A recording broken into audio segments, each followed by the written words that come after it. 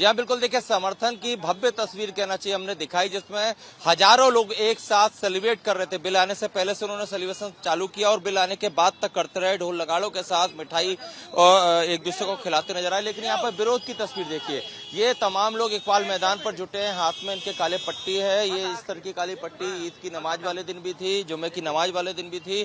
और इन लोगों से हम बात भी कर लेते हैं कि भोपाल में ही दो तरह की तस्वीरें कैसे, भोपाल में ही दो तरह की तस्वीरें कैसे, एक तरफ जहाँ लोग समर्थन कर रहे थे, आप लोग विरोध कर रहे हैं, असल मसला क्या है?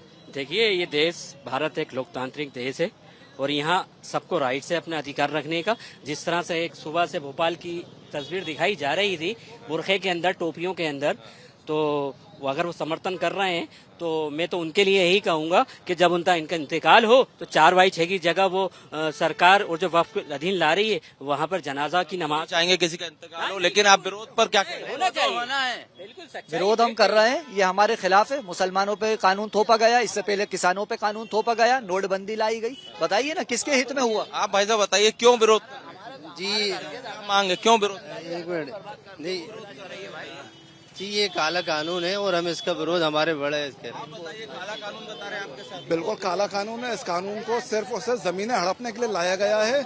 सरकार अपने कलेक्टर के माध्यम से 2 गैर मुस्लिम सांसद, ये जमीन नहीं हड़पेंगे। सरकार कैसे कह रही है जमीन नहीं हड़पेगी? इस देश में कितने बड़े बड़े किसानों के आंदोलन हुआ अधिग्रहणों के खिलाफ। सारी हिस्ट्री है इस देश की सरकारों द्वारा जमीनें हड़पने की। आप बताइए क्यों विरोध हो रहा है? साहब, मुझे इतना ज्यादा जानकारी नहीं है, मगर सरकार नहीं है, लेकिन ये वो लोग हैं जो वक्फों के विरोध में हैं। तो एक तरफ सैकड़ों हजारों लोग थे जिन्होंने जश्न मनाया और इकबाल मैदान की हम ये तस्वीर आपको दिखा रहे हैं, यहाँ पर कि 15 से 20 लोग एकजुट हुए हैं, काली पट्टी बांधकर अपना विरोध दर्ज करा रहे हैं। जी हाँ, बिल्कुल। देखिए, समर्थन की भव्य तस्वीर कहना चाहिए हमने दिखाई, जिसमें हजारों लोग एक साथ सेलिब्रेट कर रहे थे। बिल आने से पहले से उन्होंने सेलिब्रेशन चालू किया और बिल आने के बाद तक करते रहे, ढोल नगाड़ों के साथ मिठाई और एक दूसरे को खिलाते नजर आए। लेकिन यहाँ पर विरोध की तस्वीर देखिए, ये तमाम लोग इकबाल मैदान पर जुटे हैं, हाथ में इनके काले पट्टी है। ये इस तरह की काली पट्टी ईद की नमाज वाले दिन भी थी, जुम्मे की नमाज वाले दिन भी थी। और इन लोगों से हम बात भी कर लेते हैं कि भोपाल में ही दो तरह की तस्वीरें कैसे, भोपाल में ही दो तरह की तस्वीरें कैसे, एक तरफ जहाँ लोग समर्थन कर रहे थे, आप लोग विरोध कर रहे हैं, असल मसला क्या है? देखिए, ये देश भारत एक लोकतांत्रिक देश है और यहाँ सबको राइट है अपने अधिकार रखने का। जिस तरह से एक सुबह से भोपाल की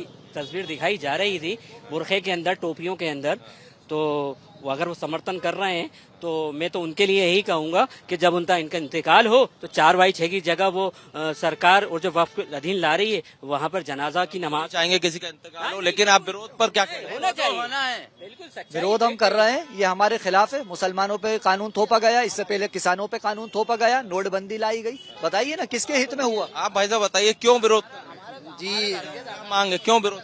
एक मिनट नहीं जी, ये काला कानून है और हम इसका विरोध हमारे बड़े इसके। काला कानून बता रहे हैं आपके साथ? बिल्कुल काला कानून है। इस कानून को सिर्फ और सिर्फ जमीनें हड़पने के लिए लाया गया है।